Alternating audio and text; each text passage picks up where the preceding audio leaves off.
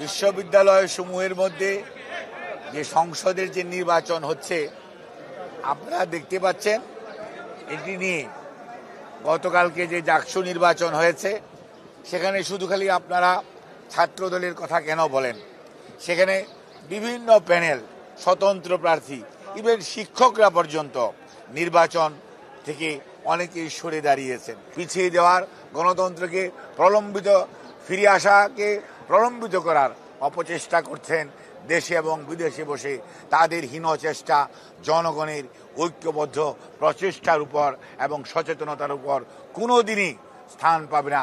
জনগণ শেষ বিচারে জয় হবে এবং জয় হবে গণতন্ত্রের, জয় হবে। আগামীর বাংলাদেশ গঠনে আমরা যাতে ইতিবাচক ভূমিকা রাখতে পারি, অতীতে যেভাবে আপনারা ভূমিকা রেখেছেন ঠিক একইভাবে আপনারা ভূমিকা রেখে বাংলাদেশকে সামনের দিকে এগিয়ে নিয়ে যাওয়ার চেষ্টা করবেন।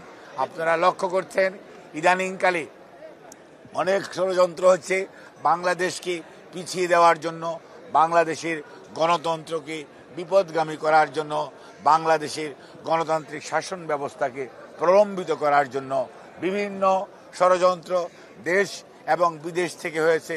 এখানে পলায়নকৃত স্বৈরাচার অথবা রাষ্ট্রবিরোধী শক্তি আজকে তারা তলে তলে ঐক্যবদ্ধ হচ্ছে, আঘাত করছে যাতে বাংলাদেশ গণতন্ত্রের পথে পরিচালিত হতে না পারে, বাংলাদেশ বিশ্বের দরবারে একটি মডারেট ডেমোক্রেটিক কান্ট্রি হিসাবে যে তার সুনাম সেটি অক্ষুণ্ণ রাখতে না পারে, সেই লক্ষ্যে আজকে পলায়নকৃত স্বৈরাচার এবং দেশবিরোধী শক্তির যে ঐক্য সেটি যদি আমাদের রুখতে হয় তাহলে মনে রাখতে হবে দেশের সাধারণ মানুষকে ঐক্যবদ্ধ করতে হবে, তাদেরকে সাথে নিয়ে এবং গণতন্ত্রকামী মানুষকে সাথে নিয়ে আজকে আমাদের এই ষড়যন্ত্র রুখে দিতে হবে।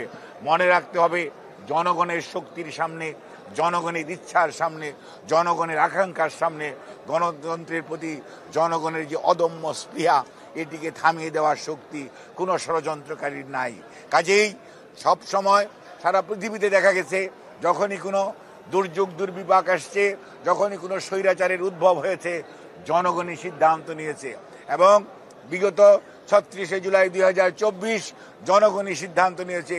ছাত্র জনতার আন্দোলন ছিল বৈষম্য বিরোধী আন্দোলন, সেই আন্দোলন এক দফার আন্দোলনের রূপ লাভ করেছে জনগণের অংশগ্রহণের মাধ্যমেই।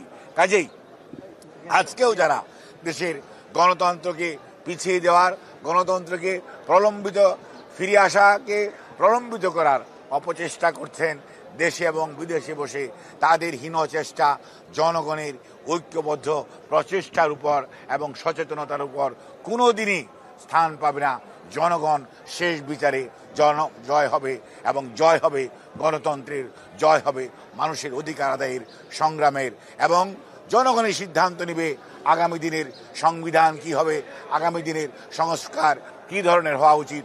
জনগণ যাদেরকেই নির্বাচিত করে সংসদে পাঠাবে তারাই আগামী ৩৬শে জুলাইয়ের যে আদর্শ এবং উদ্দেশ্য সর্বোপরি এদেশের মানুষের আকাঙ্ক্ষার উপর ভিত্তি করেই আগামী দিনে সংসদে সংস্কার হবে।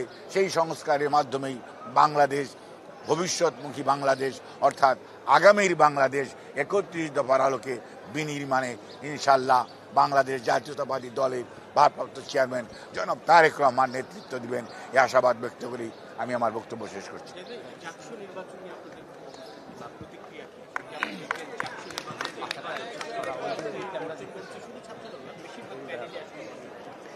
আমি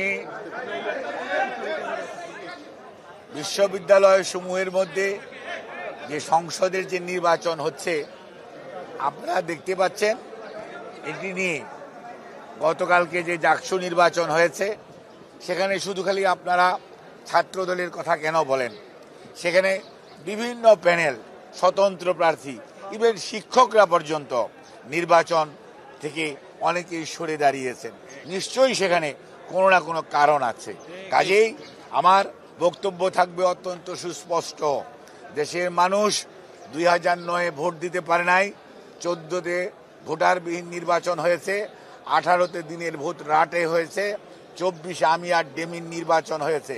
কাজেই বাংলাদেশের মানুষ নির্বাচনী ব্যবস্থার প্রতি আস্থা রাখতে চায়। যারা এই সমস্ত বিষয়ে সংশ্লিষ্ট তাদের উচিত হবে এমন কোনো নির্বাচন আয়োজন না করা যে নির্বাচন নিয়ে মানুষের মধ্যে প্রশ্ন আসবে, মানুষ দ্বিধাগ্রস্ত হবে, মানুষ নির্বাচন থেকে প্রতিদ্বন্দ্বী দলসমূহ সরে যাবে। কাজেই কোনো বিভাজন আপনাকে আমাকে শক্তিশালী করবে না। মনে রাখতে হবে ঐক্যবদ্ধভাবে থাকলেই তাহলেই স্বৈরাচার পালিয়েছে, স্বৈরাচার ফেরত আসার পথ সুগম হবে না। কিন্তু কেউ যদি স্বৈরাচারকে পুনর্বাসিত করতে চান তাহলে এই ধরনের প্রহসনমূলক ব্যবস্থার আয়োজন করবেন, যেটি সত্যিকার অর্থে শেষ বিচারে ভালো বলে পরিগণিত হবে না। কাজেই এখনো সময় আছে। সবার প্রতি আহ্বান, আপনারা সবাই মিলে ঐক্যবদ্ধ হন। গণতন্ত্রের জন্য যারা লড়াই করেছেন তারা কোনো অবস্থাতেই বিভাজনের রাজনীতিতে যাবেন না, ঐক্যের রাজনীতিতে আসুন। জনগণের মনের ভাষা বুঝতে চেষ্টা করুন, জনগণের উপর দায়িত্ব দিন। আর যারা এই সকল প্রক্রিয়ার সাথে সম্পৃক্ত তাদেরকে বলবো, বামেও যাবেন না, ডানেও যাবেন না, মধ্যবর্তী অবস্থা অবলম্বন করুন এবং ভোটারদের সাথে, জনগণের সাথে, পরিবেশের সাথে খাপ খাইয়ে চলুন। কোনো দিকে হেলে পড়ার দরকার নেই। আপনি আপনার নিরপেক্ষতা দিয়েই প্রমাণ করবেন এবং আগামী দিনের ভবিষ্যৎ স্বীকৃতি দিবে আপনার অবস্থান কি ছিল। আমরা আর এই ধরনের কেউ নির্বাচন থেকে সরে দাঁড়াবে, সেই নির্বাচনের সাথে সম্পৃক্ত কর্মকর্তারা, শিক্ষকরা সরে দাঁড়াবে। আর নির্বাচনী প্রক্রিয়ার মধ্যে যে ধরনের ডাকসুতেও দেখলাম একজন সাংবাদিক অত্যন্ত দায়িত্ব পালনরত অবস্থায় শহীদ হয়েছে, গতকালকে দেখলাম ভোট গণনার সময় একজন শিক্ষক ইন্তেকাল করেছে। আমরা কোনো অবস্থাতেই এই ধরনের পরিস্থিতি যেটি অ্যাভয়েডেবল, অর্থাৎ আমার শারীরিক সুস্থতা কতটুকু আছে বা নাই, এগুলো কিন্তু সত্যিকার অর্থে অবশ্যই দেখার দরকার এবং এ ব্যাপারেও আমি বলবো ভবিষ্যতেও খেয়াল রাখা দরকার।